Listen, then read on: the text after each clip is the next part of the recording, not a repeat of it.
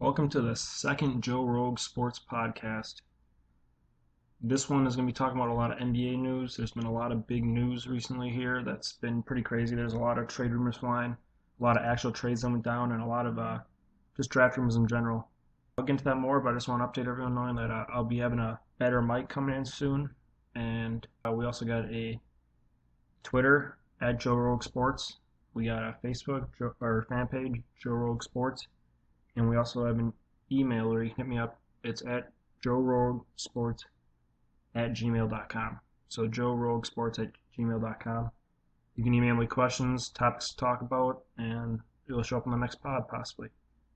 So back to this, what's going to be pretty much an NBA podcast. Maybe I'll hit on a few other things, but mainly it's going to be NBA. I'm going to be talking about a few points, which is the Paul George situation with the Pacers, the trade rumors flying around with him, Jimmy Butler, and Kristaps Porzingis, the Cavaliers situation with their GM, the Kyle Lowry and Paul Gasol news recently, the D'Angelo Russell trade just happened today. Then I'm going to do a mock lottery draft that I got, my mock lottery, and we'll get into it. I mean, this part of the offseason is one of my favorites. I love the offseason in general. I would rather be a GM for the offseason than during the season because I love making these moves. I love talking trade rumors. I love scouting and looking at potential drafts. It's one of my favorite times. I like the NBA because it's a lot simpler than the NFL. The NFL draft and all that, you gotta really look into it a lot. Where the NBA, it's pretty simple, pretty dumbed down. I mean, there's a lot more prospects, but it's a lot easier to figure out what your teams need. But we'll get right into it. So for the first topic, it's Paul George and how he pretty much screwed over the Pacers.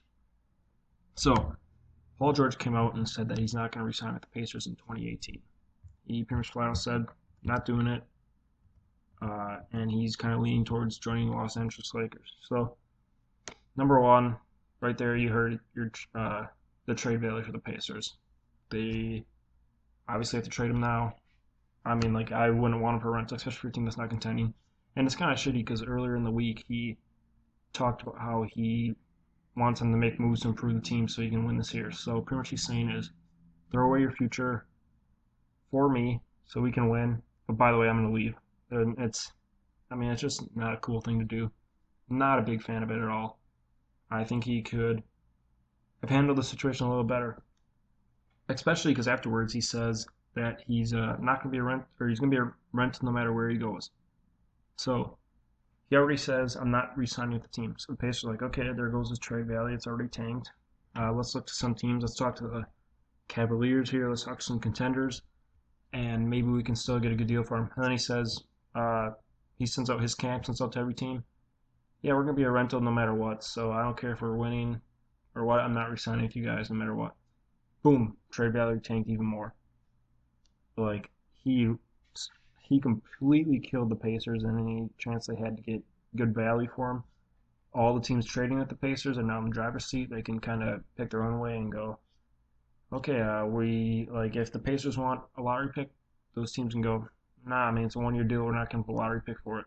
The Lakers, who are the supposed favorite, they don't have to trade from this year because they can just sit back and wait a year to sign them, which it really hurts because, I mean, the Pacers could maybe pull off a deal with the Lakers before this based on, we'll talk about later with some possible deals, but now it's just like the Lakers know he's coming to us in 2018, so we're set.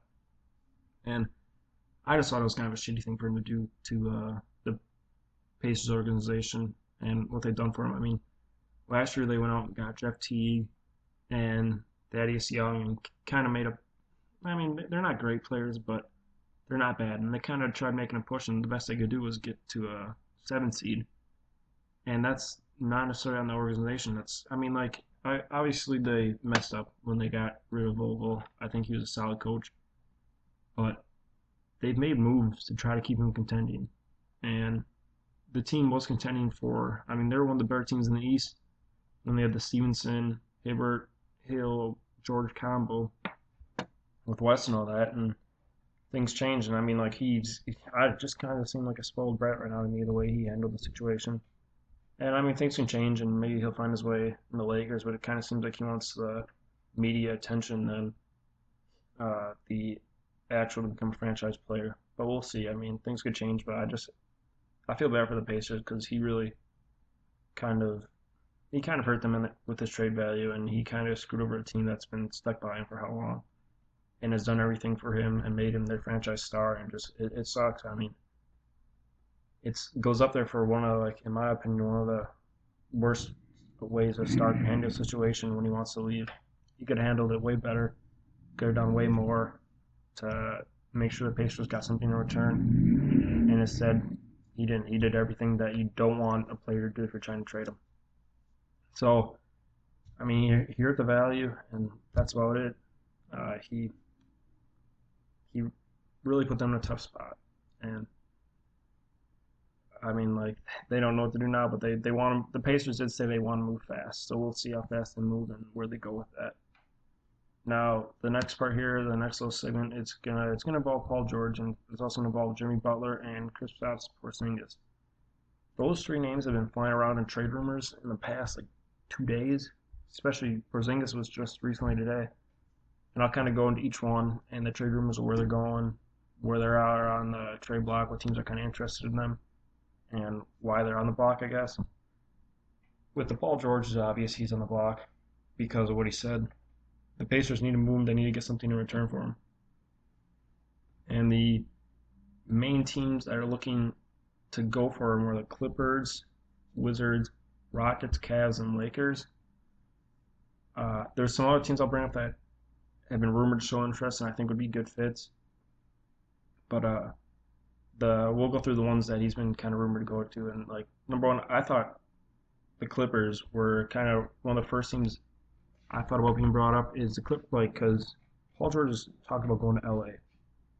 So why wouldn't the Clippers, when they needed a small forward or, like, a wing player for how long, why wouldn't they consider a deal to get him and with the idea that they can re-sign him because it's LA and they got a contending team? I mean, they need to re-sign Chris Paul and Blake Griffin for him to want to stay there, but I mean, I think it's worth the risk, and I think you could re-sign those two if you can get a deal off.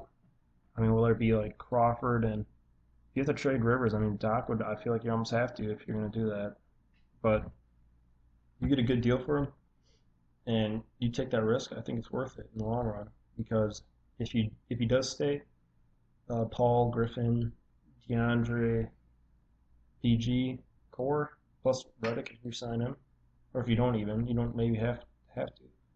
But I think it's a good core, and I think it would contend. I mean, I don't think they're going to necessarily win the West, but the Clippers got off to a hot start this year. Maybe add another piece, they could continue that hot start and actually be a solid team instead of kind of floundering like they have the past year or so, year and a half.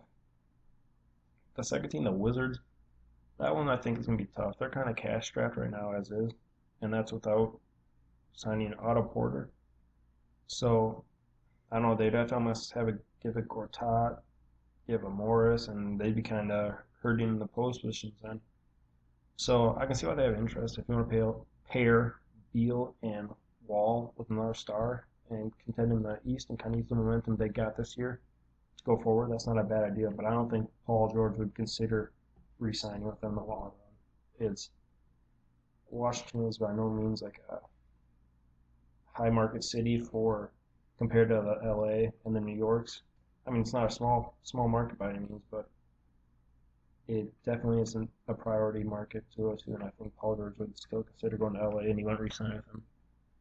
Now, our team was the Rockets, and I think anytime you have a trade scenario, I think the Rockets are always a dark horse. Daryl Morey there, he always has moves and ideas that are outside the box that you don't really think about. I mean, the rumor is he could kind of do a trade centered around Eric Gordon and Clint Capella, and if I'm the Rockets, I try to do the trade without Clint Capella. I think he's kind of integral to that team. They kind of need him to defend the post because there's a lot of players on the team that don't defend very well. And he does a good job inside there. If they can find a way to, I would say, like on a Reeves and Gordon 2 first-round picks deal for a rental, that might be a little bit, but I think you could really make I mean, they were arguably the third best team for most of the year last year if you count the 3 teams in the West as the best 3. And you had another Paul George. I mean, a Harden-George combo could go off any night. And if you have that combo and they can go off any night, I mean, maybe they could take 2 games from the Warriors And who knows, they could come up 2-2 in a series, and maybe you never know from there. So I think you maybe take that risk and you see where it goes.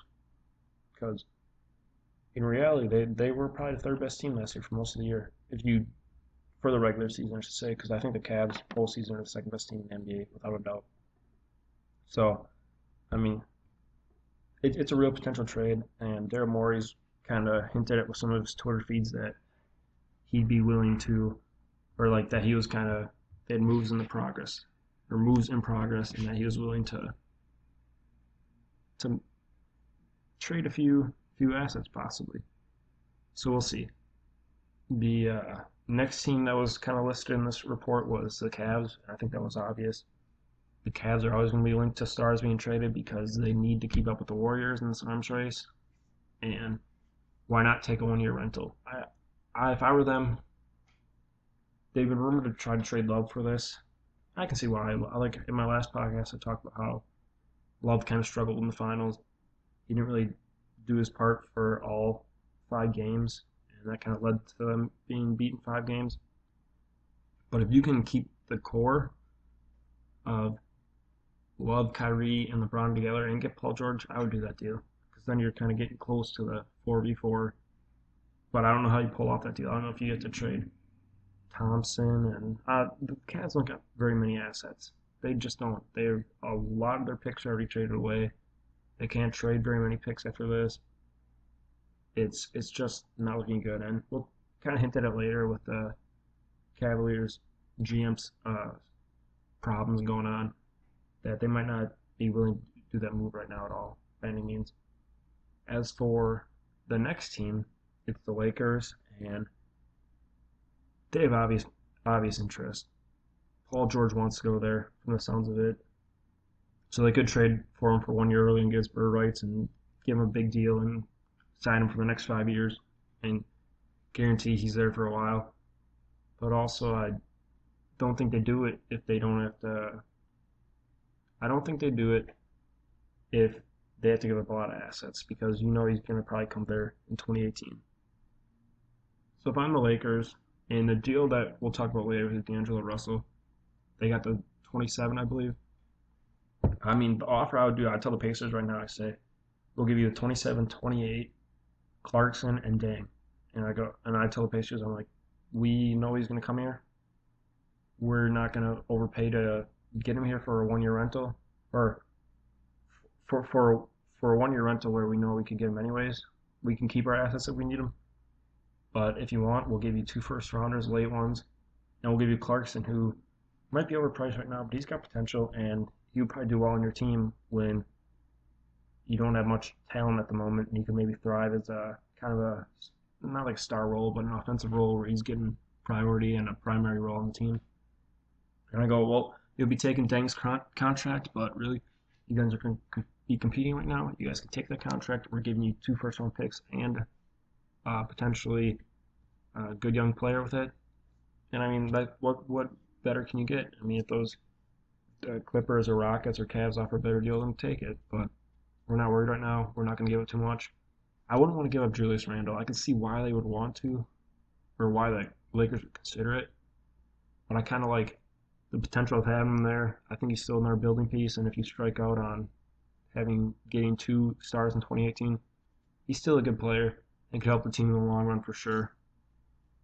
And his agent's the same as Paul George. And I mean, the report was that Russell, Randle, and Paul George is the same agent, so he wanted them to keep them together. Well, that's not going to happen anymore, but I still think having at least one of them could help the Paul George scenario for sure. Some other teams rumored, like the Celtics, are obviously going to be rumored with any big name too, because they got all the assets. I don't think, based on the way Ainge did the Markelle Fultz trade, which we'll talk about in a little bit, I don't think that the right move is to give up those assets you just got for Paul George, because it just seems to me like they're building assets and they're not gonna give them unless they win the trade. Like, Ainge is the guy that needs to win the trade, and I respect that. You gotta respect that, because I mean that's the way. If I were to run a team, I would want to do that too. You can take some risk, But why take a risk when you can flat out win the trade and you can win every time you know you can and hold out until so. I mean, you got all these assets. He's gonna have plenty of chances to hit on players.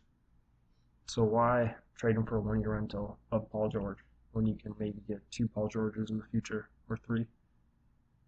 I mean, like if the trade is, I would probably trade especially now that the Nets got D'Lo.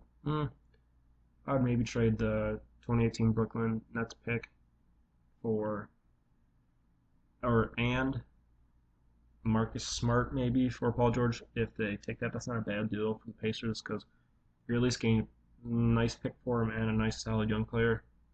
But it's not great. The Raptors were also linked to the Pacers here in this trade because they want to try to pair DeMar DeRozan and Kyle Lowry and kind of keep Lowry around by guaranteeing them we got another player in Paul George. So it's not a bad deal. I don't know how they're going to pull it off. They don't necessarily have a lot of assets either. I mean, they got some picks, and they got a few young guys. No one really special I consider good on the team, so they could maybe like package a few young guys to the Pacers if they want to take the risk. They can. But besides that, I think that they really can't pull it off, and they're going to have to just rely on trying to convince Kyle Lowry to stay in that. We'll get it figured out because it's not worth doing a 1 year rental and trading away all your assets if you don't have very many for a 1 year rental. And again, this all comes back to Paul George just being just a big dick to the Pacers and screwing them over. But there's no biggie for him. I guess he don't care. He's going to Los Angeles. He's getting paid, and I guess he's earned it because what he's done for them. But still, that's just tough to do. The other team, this is one of my scenarios. I like the Blazers. I think that they could pull off a similar deal to kind of what the Lakers I had them offering, and they could. I mean, like C.J. McCollum and Damian Lillard have kind of said that they want to play with Paul George and think it would fit the team. And I like the combination of a Lillard, McCollum, Paul George, Joseph Nurkic, like kind of going ahead. And maybe you could convince him to stay out there. Maybe. I mean, who knows? I just think the combo fits well. I just think they work well together. It's going to be, I mean, Paul George is a good defensive player, so he could kind of cover a good wing player. And it's good spacing, and Nurkic passes well. I think it just fits. That team would be fun. And they got the cap to make the move. I mean, if I am the Blazers, I offer 2 first-round picks this year. And I say you take Evan Turner and Allen Crabbe. Now, Evan Turner, that's kind of a salary dump, kind of similar to Deng, but I think he's a better player than Deng. He can offer more. And I also give him Crabbe, who's got a bigger salary, but he's got kind of like similar to Clarkson, too. It's kind of a similar deal. And I go, well, Turner can offer a lot to the team still, and Crabbe, he's got potential. With a bigger role, you never know. He might take off more. He did. His numbers were almost exactly the same as last year's for much of the year. But their teams also had more people on the team, so maybe if he's on a higher role, he could really become his own player and kind of take that step forward, which I think would be fun to see. If that trade went down, I think it'd be kind of fun. I would love to see what the Blazers could do. Last year, I'll admit it, they were my sleeper pick last year. I had them finishing second in the West. It was like a sleeper pick that I did for something else, and it backfired big time. They didn't really show up, so that one kind of hurt me. But I think it'd be a fun team. I would love to see it. Next up is we got Jimmy Butler. Now, there's only been 2 teams really rumored to go after him, and they are the Celtics and the Cavaliers. The rumor is that the Celtics, like they've been kind of tied to him all, so they've been going after him some. And then the other rumor is that the Cavs were going after him, and that LeBron and Kyrie kind of talked to Butler. And now Butler is kind of trying to force him to trade to the Cavs. There hasn't been a ton on this rumor, so I don't know how factual it is, but it's kind of an interesting rumor, and I would love Butler on the Cavs. I kind of think he's almost a better fit because he lets Kyrie and LeBron do their thing. He doesn't necessarily need to be a ball-dominant wing player, but he also brings a good defensive game. He's just a good overall player on a cheap contract, but I don't know how they pull it off. I think the Celtics are the front runners for that one if they do. The rumor was that the Cavs had talked to the Suns, who are willing to give up the fourth overall pick for Kevin Love, and then the Cavs are trying to flip that for one of these guys. So we'll see. Maybe, I mean, with the new ownership, you never know what the Cavs are going to do right now. I'll talk about that later, but we'll move on from Butler. There's not a ton on Butler. There's not a lot of traction from what I've seen. The last guy is Kristaps Porzingis. He was rumored to be traded early in the year, and again it's popped up again. And Phil Jackson, I don't know what's going. Too many triangles in his head that he's gone bonkers or what, but he needs to figure this shit out. I mean, why would you trade Porzingis? I mean, like, okay, if you get a good return, I get it. I totally understand. If you get like a killer return, but it's tough. With the draft picks, you never know. I mean, the rumor is that they're looking at trade Porzingis, and now they're looking at Lowry Markkanen, the power forward out of Arizona, who's kind of like similar skill set to Porzingis. Probably even a little bit worse in terms of what he's got. They're both solid shooters. I think Porzingis almost offers more on his overall game. And Blake Murphy on Twitter, he said it best. Trading Kristaps and drafting Markkanen is like missing out on Giannis and drafting Bruno. Why would you try to replace Kristaps with Markkanen when you already got like the potential superstar piece here? It just doesn't make sense at all. I can see the Lakers are trading D'Lo for a different reason I'll talk about later. But trading Kristaps and then trying to like replace him in this draft, it just doesn't seem logical when you already get that piece and you know what he can do. I mean, you know he can be a good player. And I don't know. I can see trading Melo. I can see trading a few other people, but trading Kristaps, just not smart.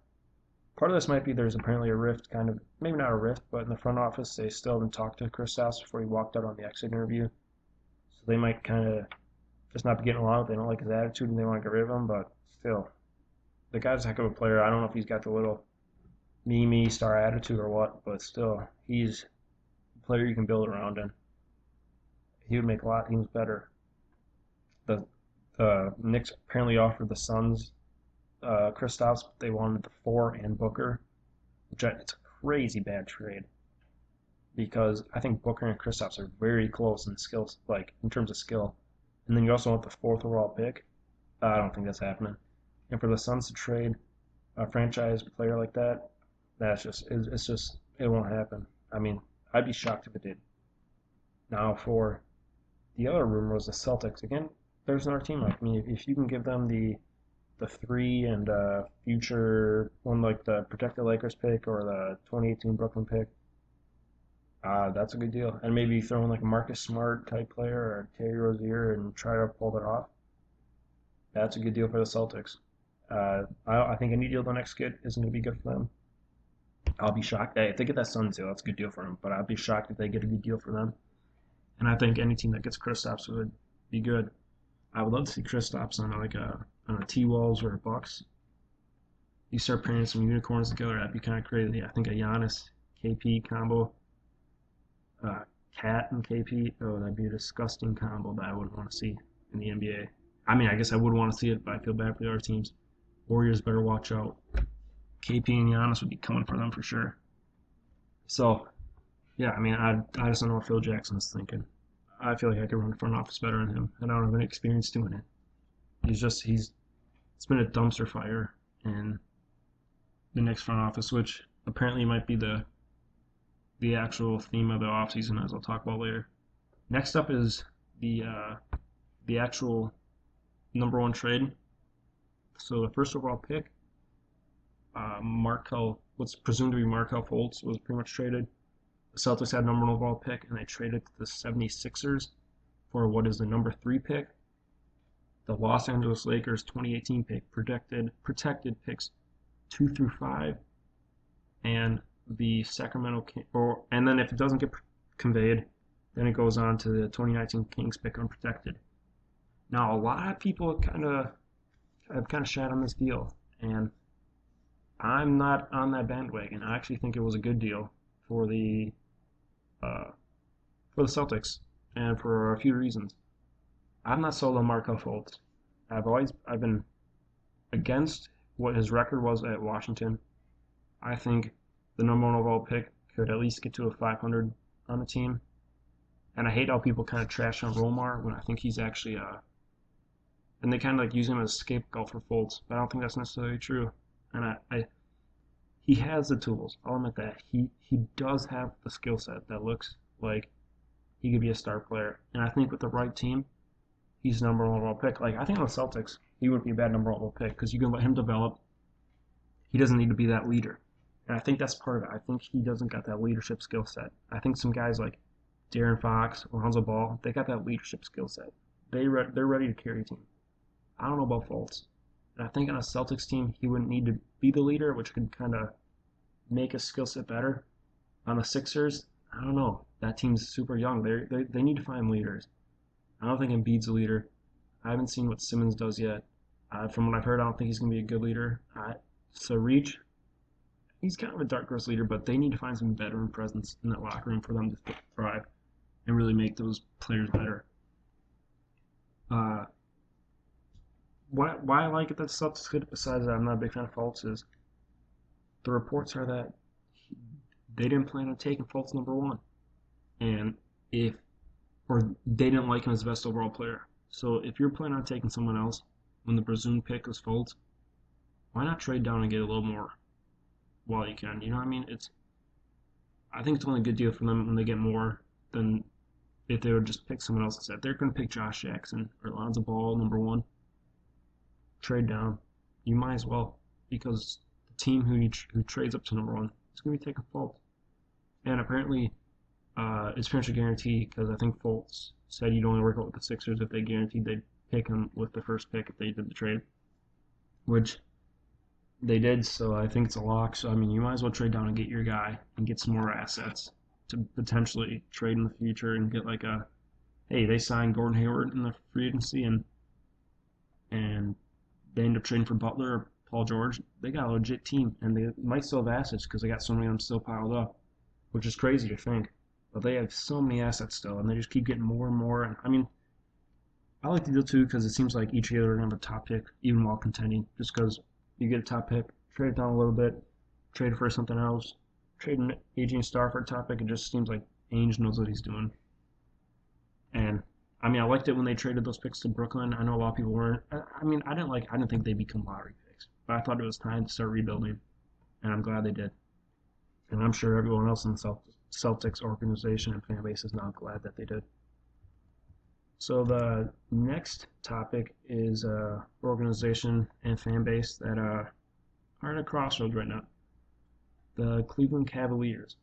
So Dan Gilbert let David Griffin go. He's their GM for the past 3 years, made a lot of moves, did a lot of things, won them a championship, got them to 3 finals, and was very well liked by the players. And Dan Gilbert just let him go. Apparently, this is because there was a little direction difference in how they viewed which way to go, which I don't know how you can have different views on which way to go when you're Cavs when the only view should be contend for a championship and contend for a championship. Those should be the two views, and they shouldn't differ. But he somehow let him go, and instead he's looking at his friend Chauncey Billups. I mean, I don't know what Billups is going to be like as a GM if he gets a job. I've always liked him. I've always thought he was a smart player. I thought he got the job done when he played. I mean, he just seemed like a leader, and maybe he can pull off. He seems like a smart analyst, so we'll see. But I still think letting David Griffin go wasn't the smart move either, just if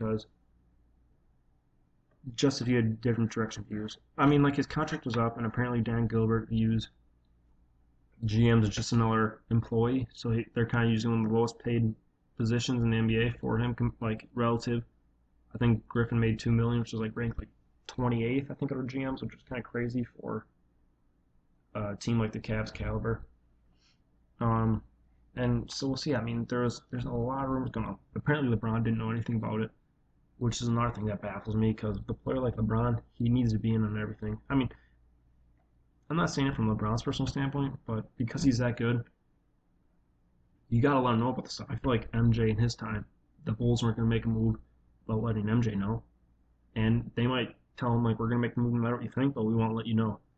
I just think it's bad when LeBron can opt out next year and you're like, oh, don't worry about it. We're making moves. We'll tell you when it happens. Like, that just It doesn't look good. I mean, LeBron tweeted out at David Griffin saying, "We did it. We won a ring. Don't forget about it. I don't care what anyone said about you. You've been a great GM," stuff like that. So you're only making it worse for the potential for him to go to LA in 2018, which is a very real possibility now. And not something I'm a fan of because I'm a big LeBron fan, and I hate when he gets shit on, and he's gonna get shit on if he goes to LA, if he leaves Cleveland again. So we'll see if they go John, if they go after Chauncey or what. The one thing I hate about the situation the most is Gilbert kind of screwed over David Griffin. He Griffin was interviewing for Orlando, Milwaukee, and I think Atlanta. And I mean, Gilbert kind of kept him in the ropes in Cleveland, and I don't know if he kept him in contract talks or what, but he kept him here, and now Gilbert lets him go, and those teams all filled their positions. I mean, like Milwaukee just filled theirs like 2 days ago or a day ago, and it could have been Griffin's had he been let go earlier. So, I'm not a fan of how Gilbert handled the situation. My dark horse theory is I've seen this too in other places, is that Gilbert's not willing to spend the money anymore, not to go over the luxury tax, etc., and that he had that ring, and that he's ready to maybe not rebuild, but not spend as much and let LeBron go. Because he knows if you have LeBron, you're going to be spending money to win. Because he'll always be up there contending no matter what your team comp is. So my theory is he's ready to move on. He got that ring. He's ready to make money but not spend it. So we'll see. We'll see how it pays off. I kind of hope it's not like that because Cavs make NBA fun, but we'll have to see. It was a crazy kind of night last night when more and more stuff came out, and you don't know what to believe. I mean, there was people who, I mean, like Skip Bayless tweeted that he thinks that LeBron was in on it. Bill Simmons tweeted that he thinks there's got to be more behind the scenes on what went on. David Griffin didn't, when he kind of did his message about his about leaving, he didn't call anyone out. He just said that they had different directions that they viewed they should go, which is kind of something else. I know people are saying too that he was elbow deep in trades for Paul George and Jimmy Butler. So I don't know if those are done now and off the table.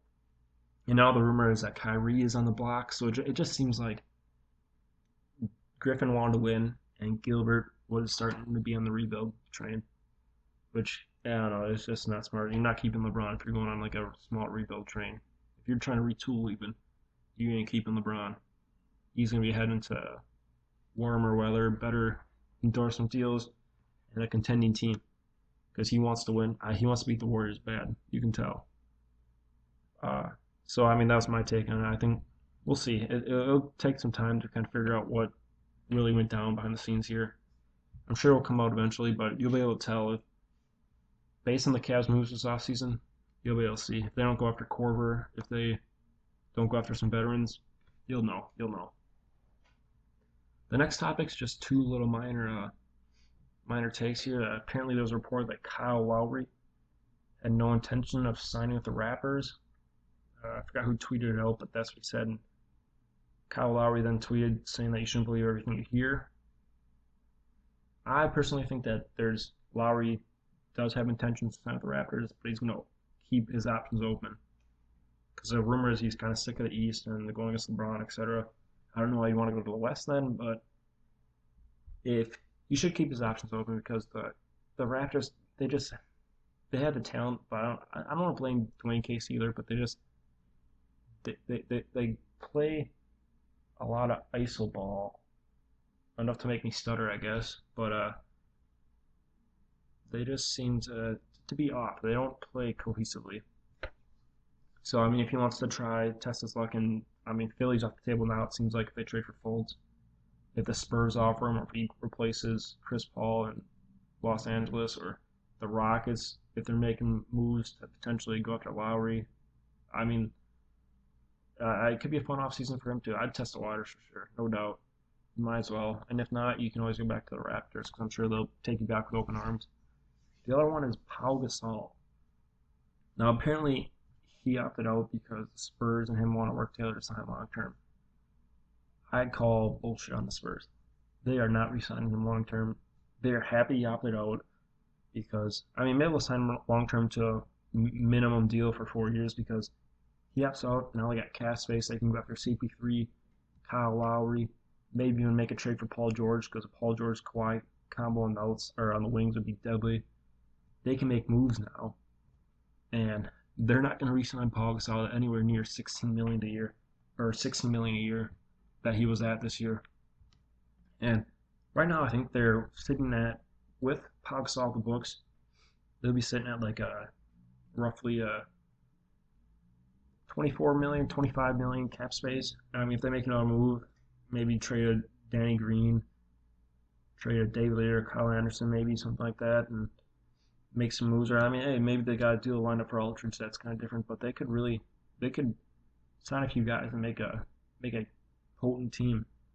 I would love to see a lot of Marcus Aldridge, or maybe not Aldridge, but a Paul George, Kawhi Leonard, Chris Paul team if they could pull it off. Because I know Pop can make any big guy good. So you sign anyone min or for Spurs, he's gonna be good with those guys. So I'm Spurs might continue to watch in the offseason for sure. I want to see what they do. I want to see what they do with that cap, and hopefully it's not just re-sign Pau Gasol because they can really get another piece, make a new big three potentially with Aldridge, Kawhi, and maybe another young guy or Chris Paul. I mean, I'd be happy to see him there too. I think he'd thrive in that system for sure. It'd be kind of interesting to see what they do with Tony Parker then and Dejounte Murray. But I would love to see the Spurs make a big move because I think they're the team that has the best chance to beat the Warriors in the future. Now, my last topic of the podcast here is actually check that. It's not my last topic, but D'Angelo Russell trade is the next one. I totally forgot I had to add that into the podcast because that just happened, man. Crazy news. So, the Lakers traded D'Angelo Russell for Timothy, or not for, with Timothy Mozgov for Brook Lopez in the 27. Now, what does that mean for the Lakers? I don't know. It means they're trying to make room for 2018 for two max free agents. They gotta still get rid of some people, some contracts, but they're gonna be relatively close now. So I don't know if it means LeBron and PG or what, but they need to make a move, and they got the options to now. Now, do I like the trade? I'm 50-50. From the looks of it, they don't have intentions to sign Brook Lopez long term. So you're trading D'Angelo Russell for a one-year rental of Brook Lopez, the 27, and dumping Mozgov. It's not a terrible deal, but Russell has showed some potential to be a pretty solid ball player. So it seems risky. It does seem very risky. You're really banking on that free agency, and maybe if you strike out, you can still sign Brook Lopez. But it just seems super risky to go after Brook, or to go after, not to go after, but to dump Mozgov by trading away D'Angelo Russell, who's been kind of the future of your team. I mean, we'll see. We'll see what they can do. I think that somehow they can pull off Paul George, LeBron. You got Lonzo Ball, Brandon Ingram, and if you can somehow keep Brook Lopez, that's a pretty good team, especially if those players develop. I think that team would do well. They'd work well together. It's just a good combo, a good team comp in my opinion. But we'll see. We'll see what happens. Apparently, Magic was offering Russell to all the lottery teams, and no one wanted to trade their picks for Russell. So I don't know if there's something else behind the scenes. I mean, there's been reports that he's been immature, hasn't been willing to work, that they can't dumb down the defense enough for him. So I don't know. Maybe the Lakers aren't big fans of him as what everyone else is on him, and maybe he's just not good of a player. I think that's a good deal for the Nets. When you don't have assets from a bad trade 50 years ago, you're going to have to make your own assets. And taking on contracts, taking on bad salaries, and getting young players and picks, why not? Russell's a perfect low-risk, high-reward player for them. I mean, if he doesn't pan out, what do you lose? An expiring Brook Lopez in the really late first? No biggie. If he pans out, you got your star player, and all you took on was Timothy Mozgov and his $54 million contract. But that's the price you pay for getting a player like that. And I mean, it's after my first reaction was like, ooh, that's not a good trade. I'm kind of liking a little bit more after I look at it. It just seems like they'll you're giving your team a chance to grow with Brook Lopez, another veteran presence. It kind of opens up some of the other guys. You're not going to have that point guard competition with Lonzo Ball and Russell, and then you're not having Russell guard guys who are bigger than him outside the perimeter when he's been kind of shaking in defense. And with the reports of shooting, he's kind of a bad teammate, then hey, you got rid of him too. So we'll see. After looking at it, it's not a bad trade. But I will say that this is why I love the offseason. Stuff like this comes out of nowhere. I was talking to some of my buddies, and all of a sudden, bam, whatever we were talking about got put to the back burner because this was the hot topic, and it was pretty crazy debating it. But I thought it was fun. So my final topic now, my actual final topic is the mock lottery draft that I have here. I love focusing on drafts, all the different hits, and I'm just going to do my little mock lottery here with some small explanations before the draft here, and hopefully I end up doing pretty good. So my first pick is Markelle Fultz, obvious choice. It's the rumor he's probably going there. Makes sense. They need a point guard. He's the projected top point guard, projected future, and their team's looking pretty good and young. It'll be fun to see what they do with these players, and they might end up being good when the Warriors and Cavs start falling. Next pick is the Lakers. I've been taking Lonzo Ball, especially after this trade. It looks like it's Lonzo Ball.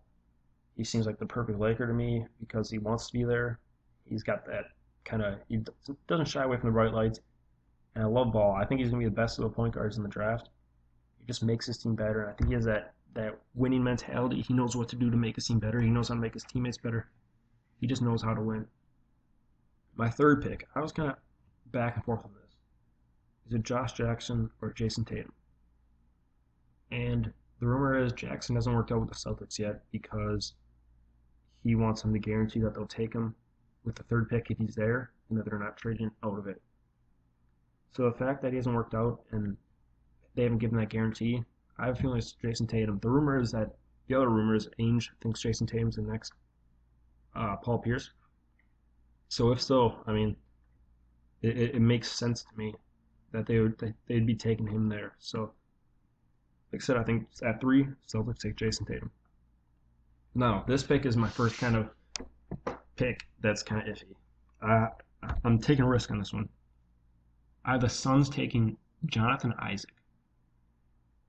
I don't know how strict teams are with their promises, because I think the Suns didn't expect Josh Jackson to fall to 4. But if he does, I think they would normally take him. But the rumor is, I'm using all these rumors, kind of basing it off kind of my picks, that Jonathan Isaac worked out with the Sun, and directly after that workout, he canceled all workouts with any teams below the 4, which kind of usually means he had a promise for a top 4 team. So, with that being said, I'm assuming the Suns gave him a promise. Now, I don't know how strict they are on those promises, but my guess is the Suns have interest in him, and if they continue that promise and they take him, they take him. If they take Josh Jackson, I'd feel bad for Isaac if they did give him a promise, but Jackson's probably the better prospect, and I didn't think he'd fall that far, which is kind of surprising at 4, but I'm going to have them taking Isaac. Now that comes up with number 5 with the Kings. Do they take Jackson now that he fell? No, I think they still take De'Aaron Fox. Apparently they're in love with him. They're willing to do anything to get him. They're rumored to possibly trade up 1 pick, give the 10 and 5 to get the 4 from the Suns to take him. But the Suns, they know the Suns don't have interest in Fox, and Fox doesn't have interest playing in Phoenix. So apparently the Kings are taking Fox, and that's who I got. I'm going there. And then at 6, the Magic, they're freaking happy as can be. Josh Jackson, easy pick. He falls to them. They're going to take him. It's another wing player of the future, and maybe someone that can finally turn that franchise around and get them winning. Have a good rookie season, maybe. We'll see. Number 7. I debated this one. Lowry Markkanen makes sense here. I have a feeling he's going to fall a little bit in the draft. I can't tell you why. I don't know. I just have a feeling that teams are going to kind of look at his other deficiencies and not pick him because he's a great shooter, great offense player, just not very good defensively. And a player that's been rising with kind of the same skill set, except better defensively and better overall, is Zach Collins. And I think he'd kind of fit on the Wolves as a hybrid forward center for the Wolves that can play. I mean, Cat, Gorgie, Dieng, and Collins all kind of would be hybrid forward centers. I think it can give them a solid rotation to kind of mix around. So I've been taking Zach Collins there at 7. Number 8, I was kind of all over the place in this one. I heard the Knicks had interest in Frank Ntilikina from France, and that they brought in Malik Monk as well. But I've been taking Dennis Smith Jr. I think they'll take that point guard. They've been kind of looking for a point. I think they'll let Rose possibly walk, and they'll take that point guard because Dennis Smith Jr. would probably be the best point guard in a few other drafts. But he's just stuck behind 3 other really good prospects at point guard, and he's still a solid player. I mean, you look at his rookie, or not his rookie, his freshman year at NC State. He played really well.